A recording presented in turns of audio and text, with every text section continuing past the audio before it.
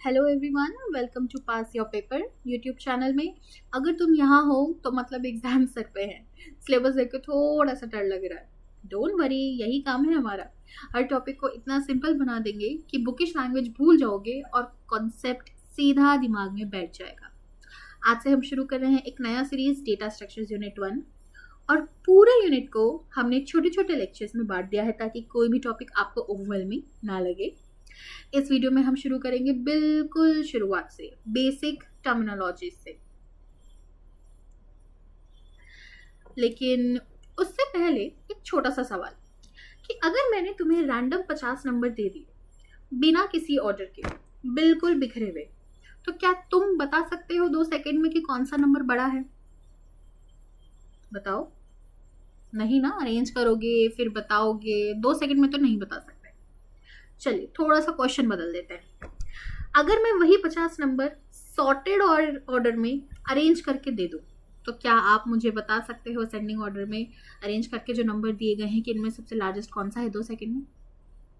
हाँ बिल्कुल, सबसे लास्ट वाला नंबर देख के बता सकते हो। तो यही तो है पूरा डेटा स्ट्रक्चर का राज। सेम डेटा बट ऑर्गेनाइज करने के तरीका चेंज करने से पूरा गेम चेंज हो सकता है। It's a GC of data structure. ठीक है। और इस वीडियो के बाद डेटा स्ट्रक्चर वर्ड सुन के तुम्हें डर नहीं लगेगा, प्रॉमिस। चलिए अब हम आगे आने वाली वीडियोस में ये कवर करेंगे कि डेटा क्या होता है, डेटा स्ट्रक्चर क्या है, एल्गोरिदम क्या है, डेटा कैसे छोटे से बड़े लेवल तक ऑर्गेनाइज होता है। इसके साथ साथ हम कुछ क्विजेस करेंगे, डिस्कशंस करेंगे। चलिए तो अब हम बिना टाइम वेस्ट किए टॉपिक पे चलते हैं। सबसे पहला टर्म डेटा। अगर मैं इसकी सिंपल डेफिनेशन देखूं तो डेटा मतलब क्वांटिटीज, कैरेक्टर्स या सिंबल्स जिन पर कंप्यूटर ऑपरेशंस परफॉर्म करता है। लेकिन आप कोई डेफिनेशन रटने की कोई जरूरत नहीं है। इसको ऐसे समझो कि सपोज आपने स्विगी खोला। अब आपको स्क्रीन पे क्या दिख रहा है? रेस्टोरेंट्स दिख रहे हैं। रेस्टोरेंट के साथ उनकी रेटिंग दिख रही है, सपोज 4.2। और उन पे वो टैग्स लिखे रहता है ना, 200 फॉर 2, 250 फॉर 2, 500 फॉर 2। मान लीजिए आपको ऐसा कुछ दिख रहा है। ठीक है।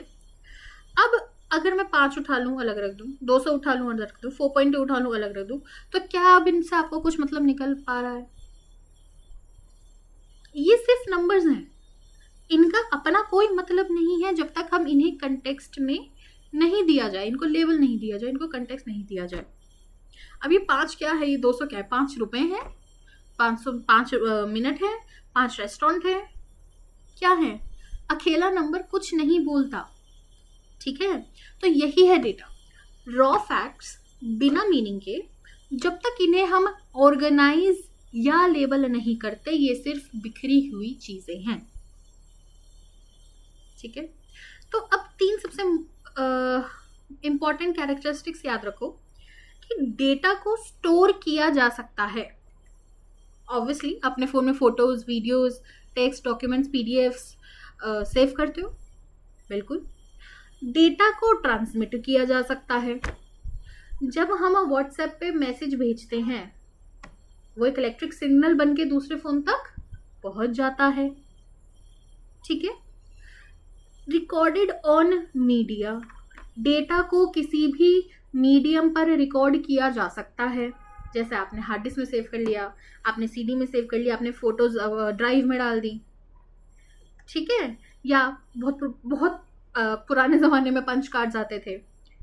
तो इसका मतलब यही है कि जब हम डेटा को देखते हैं, डेटा मीन्स रॉ फैक्ट्स, जहां पे इनका कोई मीनिंग अटैच्ड नहीं होता। ठीक है। तो अगर हम देखें तो data is just like a flower and sugar. But जब हम इन दोनों को मॉर्फ कर देते हैं, हम इन दोनों को साथ मिला देते हैं, it creates a cake. Data with context is a information. ठीक है। चलिए अब यहां से इंटरेस्टिंग पार्ट शुरू होता है। सोचो तुम्हारे पास एक अलमीरा है जिसमें सब कपड़े बिना फोल्ड किए, बिना कैटेगरी के तुमने चूज दिए हैं। शर्ट, सॉक्स, जीन्स सब मिक्स्ड है। अब तुम्हें ऑफिस के लिए एक वाइट शर्ट चाहिए। अब कितना टाइम लगेगा ढूंढने में? ऑब्वियसली बहुत लगेगा।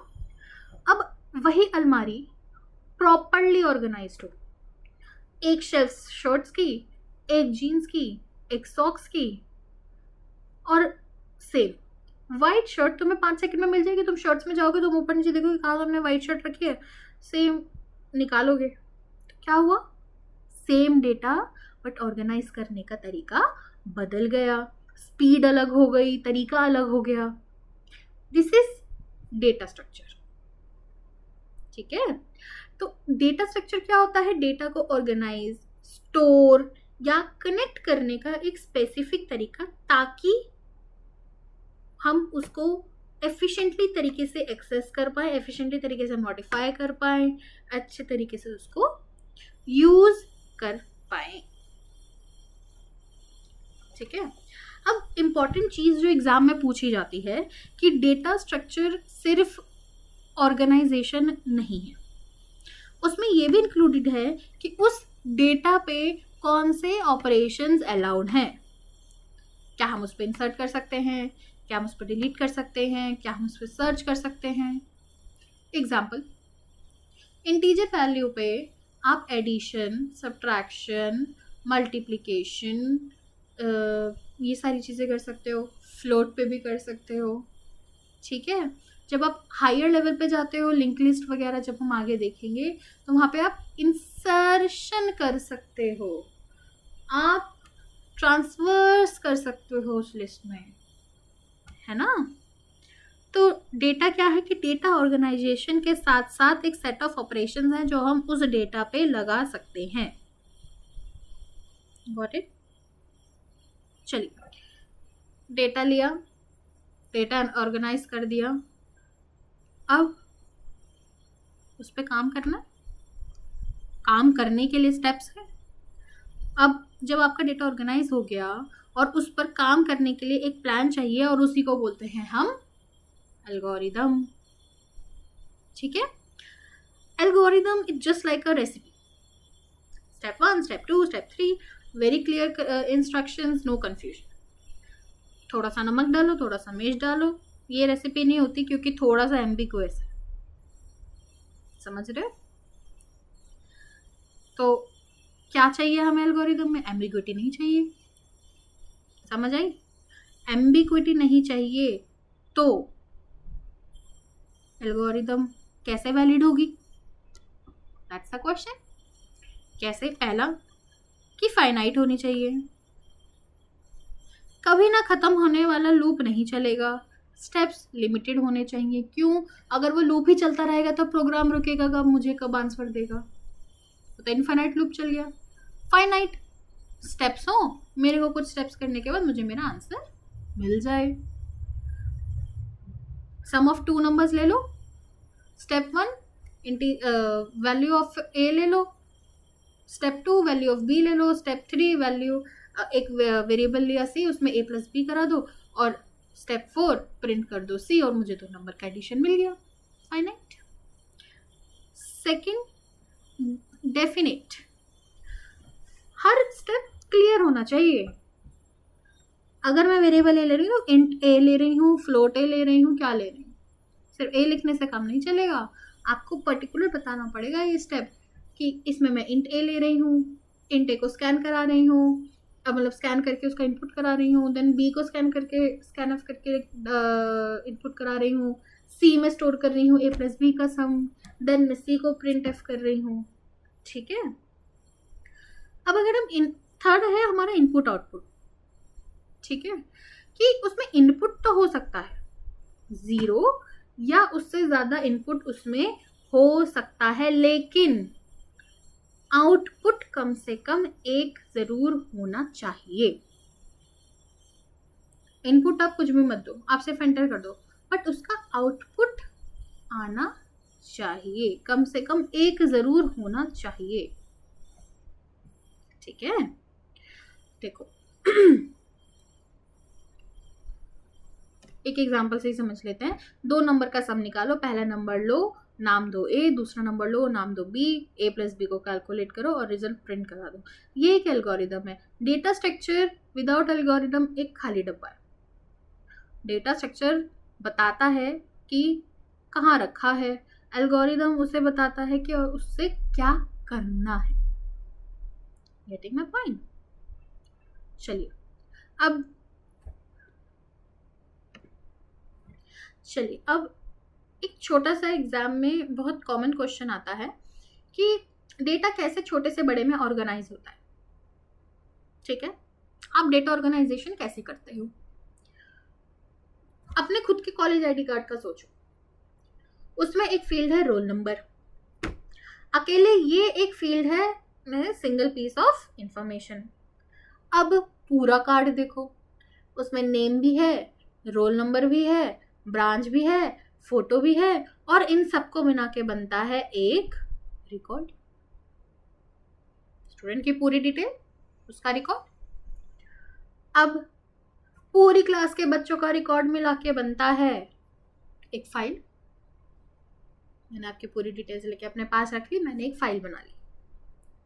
अब और कॉलेज के सारे डिपार्टमेंट की सारी फाइल्स मिला के बनता है एक डेटाबेस। समझ आ रहा है? क्या बनता है? डेटाबेस। छोटे से बड़ा, यही ऑर्डर आपको याद रखना है, छोटे से बड़ा। एग्जाम में डायग्राम बना के ये पूछा जा सकता है।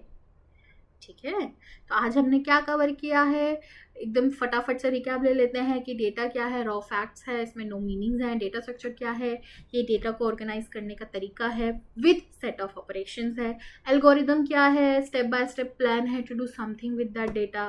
एंड ऑर्गेनाइजेशन लैडर, जो मतलब आपका डेटाबेस में कैसे आप अपना